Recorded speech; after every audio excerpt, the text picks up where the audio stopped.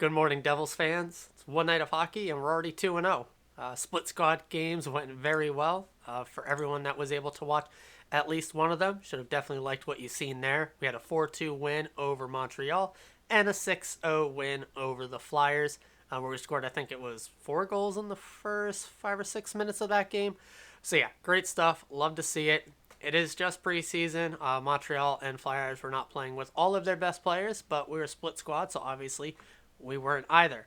I would still say, on the whole, both of our split squad lineups were better than Montreal and the Flyers' best options that were out there. I'd even go as far to say if Montreal and the Flyers were starting their best players, and even if you combine their teams, so the best players from Montreal and the best players from the Flyers, our split squads were still probably better than those teams they could put together. Yeah, those organizations are not in the greatest of spots. Flyers are purposely awful, trying to rebuild. Montreal should not be as bad as they are, but yeah. I did watch both games. Obviously, had the Devils feed up on the big TV, and then had a alternative method of watching the Habs feed on my laptop. So I didn't actually take very many specific notes here, as I was already trying to pay attention to two games at once. So fairly surface level stuff on a lot of the guys. I was mostly paying attention to the Flyers game just because it was a higher quality feed, just much better quality of graphic to be able to pay attention to everything. But was still obviously watching Jack and Nemec really run it in Montreal.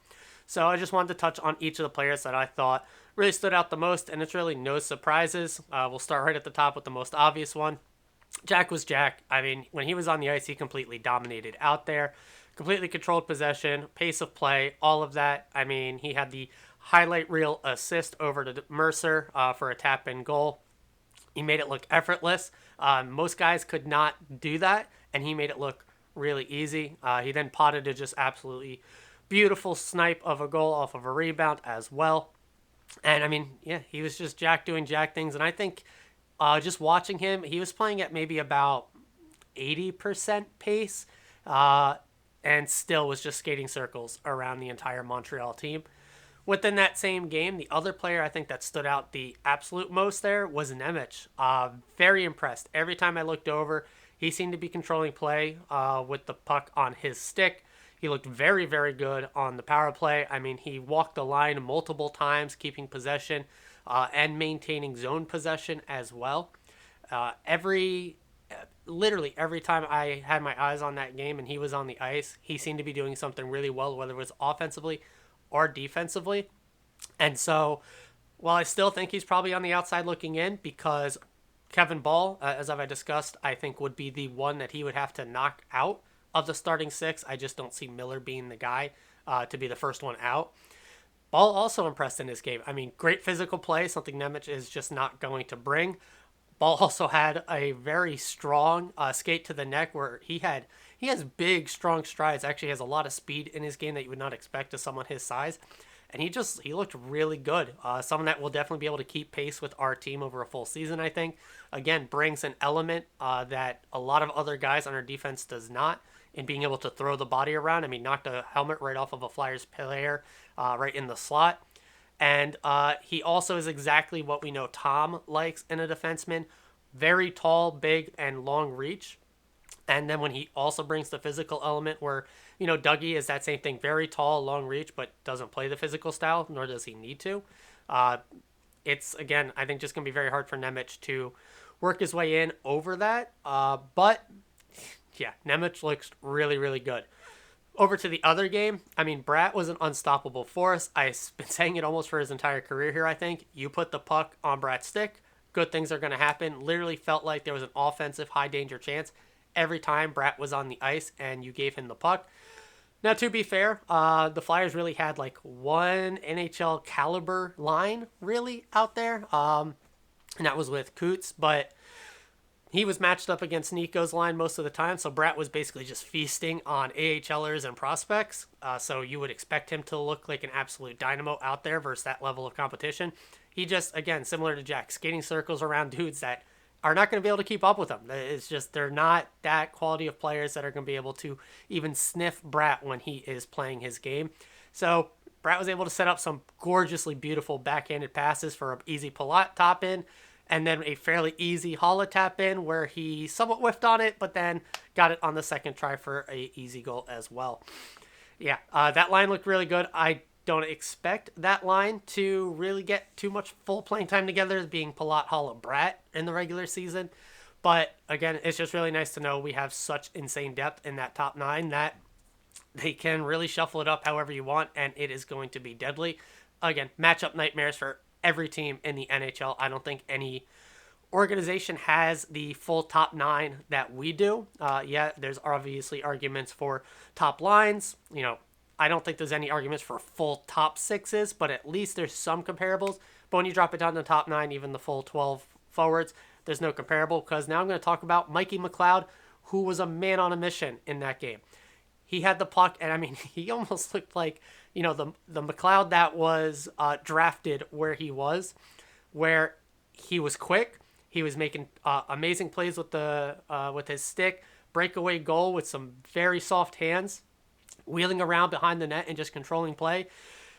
He seems to have gotten a boost of confidence with the end of last season in the playoffs. It's a technical contract year again for him as well with the RFA. And, the outside noise, nothing seems to have been coming of that. So we're just going to talk about the on-ice hockey stuff here. He looked really good. And if we get that McLeod for a full regular season, the sky's the limit for this team. It's scary. That's horrifying. I mean, he legitimately looked like he could have been a 2C on a lot of teams out there the way he was playing. I mean, 3C at minimum. And he's going to be our fourth line center doing stuff like that. Yeah, that's great stuff. I mean, 75% in the face-off circle, I think, last night. Obviously, we don't expect him to take any step backs there. Jack was, I think, 60%. So if Jack learned to take face-offs, it is over for the league. Some other guys really want to touch on. Nico and Timo are going to be a force together. They really controlled play with those two. I mean, some tic-tac passes. Nico setting up just beautiful, easy shots for Timo.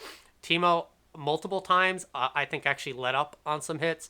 Sam Kassan commented on one of them. There was another one in the defensive end where Timo could, I think, actually destroyed a guy.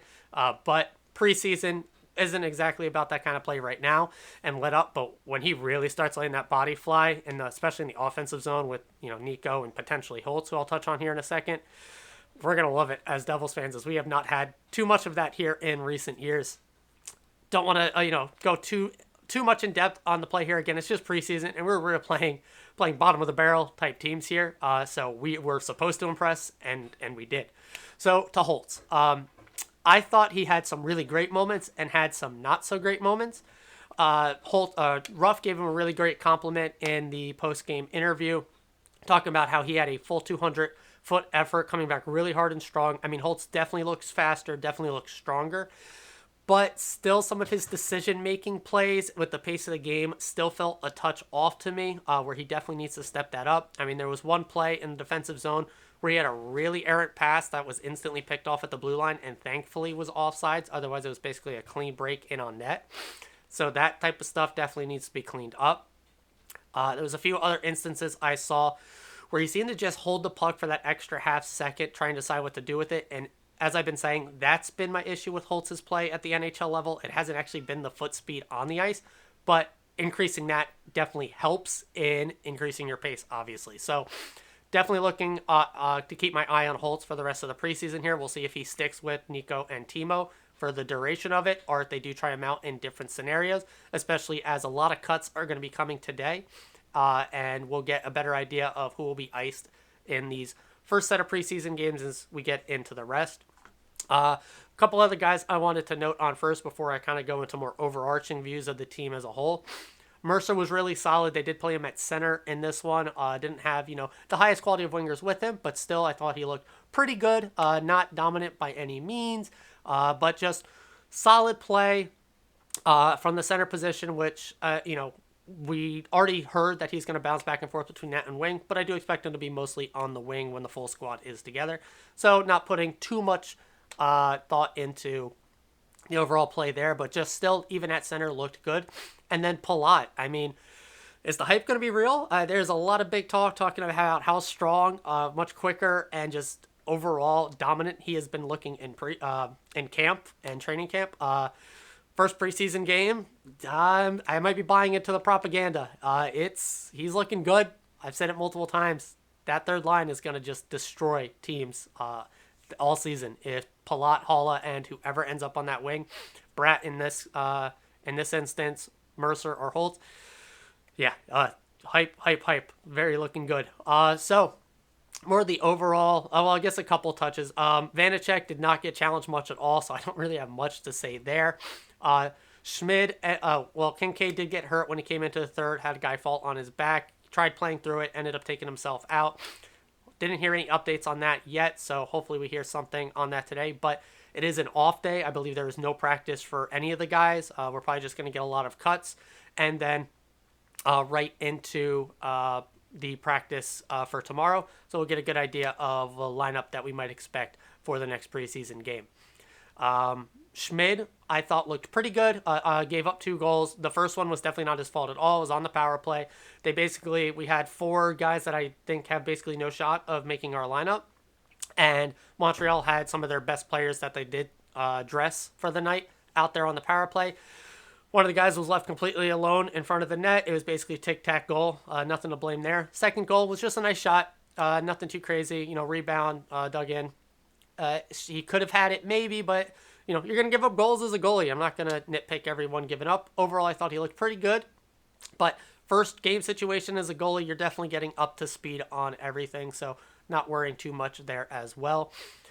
Special teams, power plays were split across the 2 games. The Jack squad obviously looked a lot better, but that was, I think, just Jack being Jack. Kind of just dominated the ice there.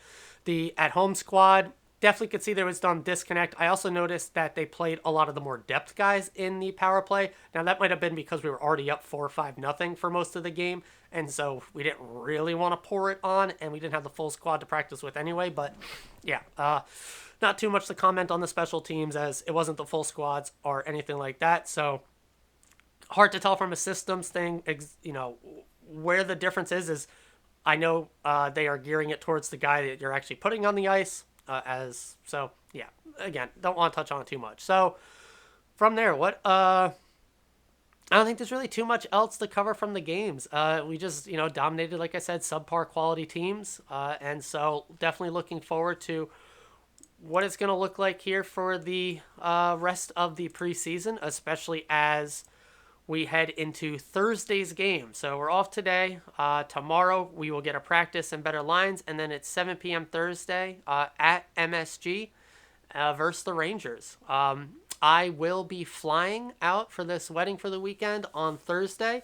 Not sure exactly what my plans are for watching this game, but I will figure out a way to get coverage for all of you. Yeah, just super excited. Love covering actual game footage of the boys. Very excited to not have a split squad game, so I'm can actually full attention, maybe a little bit of actual note taking on the games for specifics. But yeah, great stuff. Domination. That's what you want to see out of the boys. We're going to go, what was it? We got 5 preseason games left, 82 game schedule, 16-0 in the playoffs. So we're talking, what is that? 101-0 for the rest of the season, 103-0 overall. I think that is realistic expectations given what we saw in these first 2 games. Let me know what you guys think. Did you agree or disagree with any of my takes on the boys? Did you pick up on something that you thought was very important to cover that I completely missed here? Or do you have any lofty expectations for guys that maybe were on the outside looking in and now are fighting for a spot? I'll say for Clark, probably the other big name, and even Foote, guys that are fighting for roster spots. They didn't do anything that super stood out and impressed me, but again, split squad, had basically one on either screen, so it wasn't my most attentive of both games here. I'm going to definitely be focusing in on them a lot more as we hit their preseason, as I'm sure they're going to get a lot more opportunity to try and state their claim. So that does it. It's my last day of work before I'm off tomorrow for a nice long little stretch. I'll see everyone tomorrow morning, as always, and forever. Let's go Devils.